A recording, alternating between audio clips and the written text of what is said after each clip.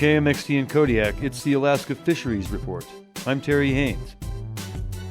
On today's show, a man, a mission, and a different way of looking at and distributing frozen food. But first, support for the Alaska Fisheries Report is provided by the Stosh and Claudia Anderson Fund, supporting conservation and harvesting of Alaska's wild, sustainable fisheries. The Alaska Fisheries Report is brought to you in part by Alaska Boats and Permits, marine broker for vessels, permits, and IFQs.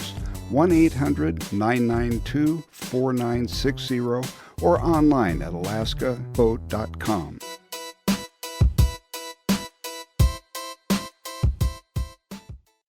Aaron Kallenberg is a man with a mission. Well, he's a man with a company with a mission. The company is the Wild Alaskan Company, and the mission is this. Wild Alaskan Company's mission is to accelerate humanity's transition to sustainable food systems. If that went by fast, don't worry, you'll hear it again. But who is Aaron Kallenberg? I grew up in Homer, Alaska, but I fished in Bristol Bay with my father. My dad grew up in Bristol Bay, and he fished with my grandfather. My grandfather was actually born in Manhattan, but when he was 23 in 1926, he decided to move up to Alaska from the East Coast, and he fell in love with the fishery, started fishing in wooden sailboats, served briefly as the chairman of the Territorial Board of Fisheries, and he also wrote his master's thesis, which was titled A Study of Red Salmon of Bristol Bay with particular reference to teaching its conservation. So those were the conversations that I was having with my family growing up on the fishing boat. But I was the nerdy kid that took my laptop out to sea, out in the bay. And when we weren't picking fish, I was tinkering around on the internet. And I sort of turned that passion for technology into a career in software engineering. So what inspires an engineer with a career to start a company with a mission? I think that the catalyst for me, I was living on the East Coast. I was actually living in New York City, and I wanted to do something nice for my family. So I booked this super expensive seafood restaurant in Manhattan, thinking this is going to be the best of the best. And when we got there, it was probably 6 or 7 weeks before the first opener in Copper River, and they were advertising fresh Copper River salmon. And, my dad said, well, I got to try the fresh Copper River salmon. How on earth did they get it, before they pulled any out of the water this season? And he was really gracious, filled out the comment card. Said, it's just amazing that you guys were able to pull that off. Of course, there was no way it was fresh or, unlikely actually from Copper River at all. We get approached quite often.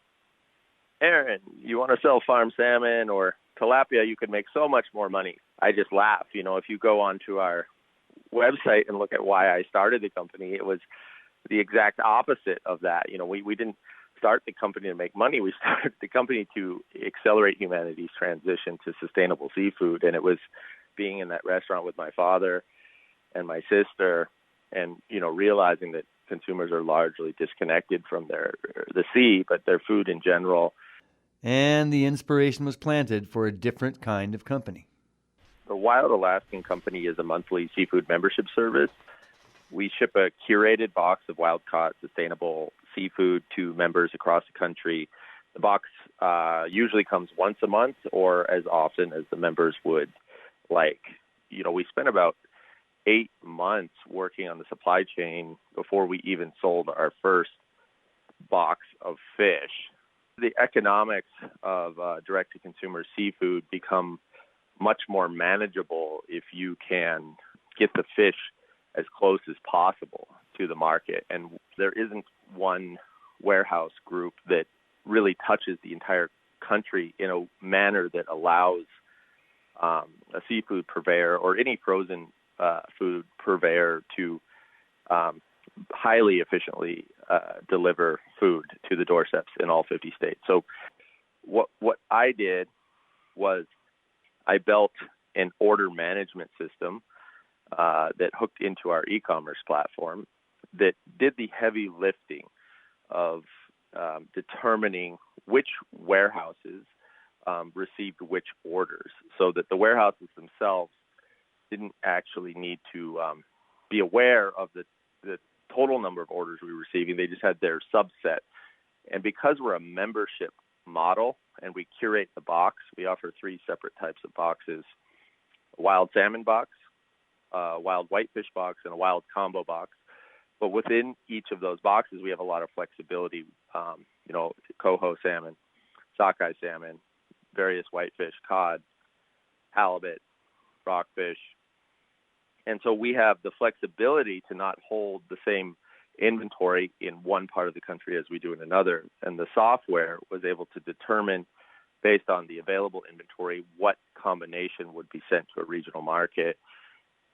And again, that took the better part of a year before we shipped our first box. And it's the thing that has allowed us now be one of the, the largest decentralized frozen food networks in the country. We have to sell seafood, but I always joke we could sell ice cream with this software. And what it is many different warehouse groups that are not connected. They're not talking to one another. And we're, forming relationships with them individually and then letting our software manage the orders on top of it. And that was really the biggest challenge, and something that, I viewed as paramount to scaling our delivery system. We made a decision early on that we wanted to target a large market, the United States, all 50 states. We took a digital advertising strategy online. When you're advertising in a specific geographic region, it can be more expensive than when you allow consumers to come in from anywhere in the country. Of course, the downside is it's much more expensive to ship fish to the middle of Montana and downtown, Manhattan. And so the biggest hurdle that we had to overcome was developing a fulfillment network of frozen fulfillment warehouses where we could store the fish close enough to enough of the country to make the economics back out.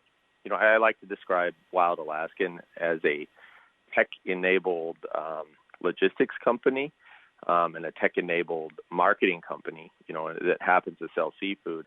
So all you have to do is fill the 3 boxes with salmon or whitefish. So you're able to choose whatever is freshest and most available in cold storage at the time to fill those boxes. And as long as they're the right portion and you're up to a standard of quality, that allows you a lot of flexibility. It does. The company's not quite 50 employees now, but we have a very talented operations team, and they have a lot of control over what the software will and will not send a person. So they're always going to make sure, not to disproportionately give somebody cod, if we do have halibut. So there's some manual thresholds that the procurement team and the operations team can set.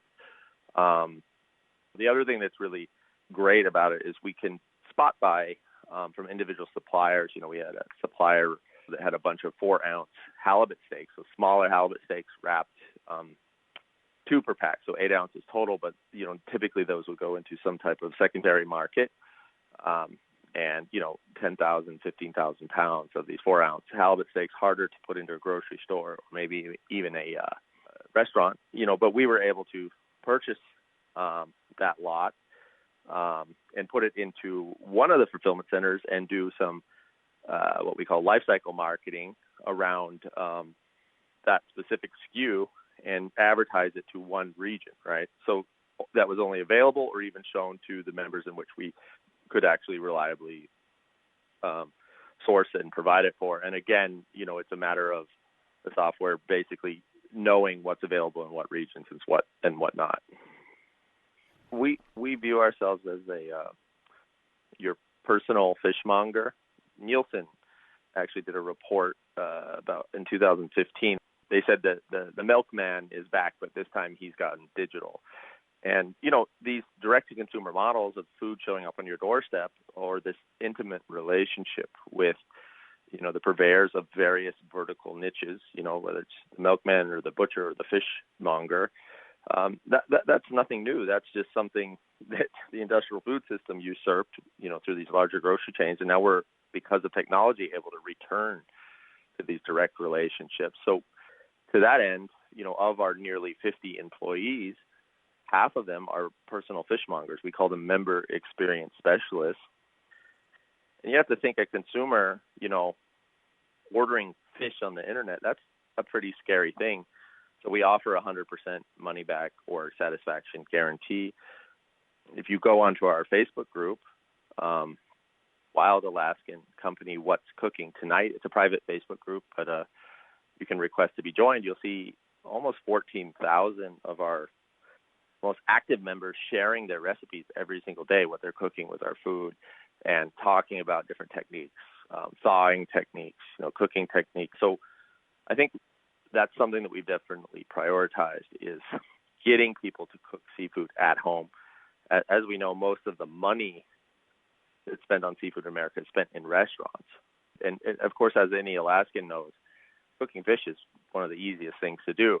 You just have to keep a new consumer from overcooking wild salmon, because if they're used to cooking farm salmon, they're going to dry it out, the first time they cook wild. And so it's a huge part of what we do. I mean, just half of our staff is dedicated to that. And is the average lower 48 consumer starting to recognize the difference between sustainable wild Alaskan fish and just fish? I think it's super important for the Alaska seafood industry to continue to differentiate. And I think that one of the major challenges in marketing seafood is it's historically viewed by the consumer as a commodity. It's just salmon, right? It's not wild, it's not farmed, it's not sockeye, it's not coho.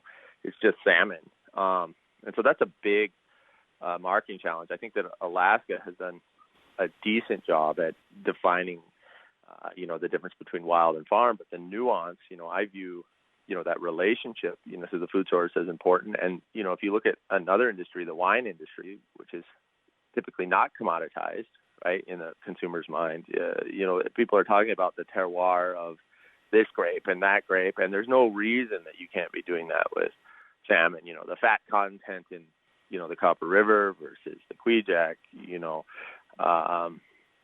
there's tons of opportunity for creating market differentiation and increasing, the value in the minds of the consumer.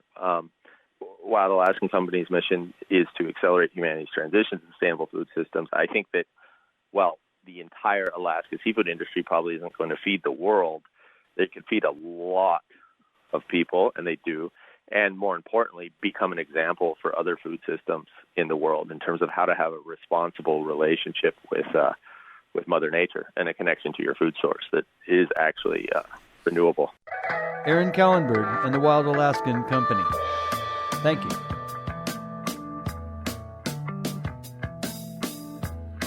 The Alaska Fisheries Report is brought to you in part by the Alaska Marine Safety Education Association, providing U.S. Coast Guard accepted, hands-on safety training for all of Alaska's fishermen and their families. AMSEA at amsea.org or 907-747-3287. Support for the Alaska Fisheries Report comes from the Alaska Seafood Marketing Institute, working to raise the value of our seafood harvest for the benefit of all Alaskans. On the web at alaskaseafood.org.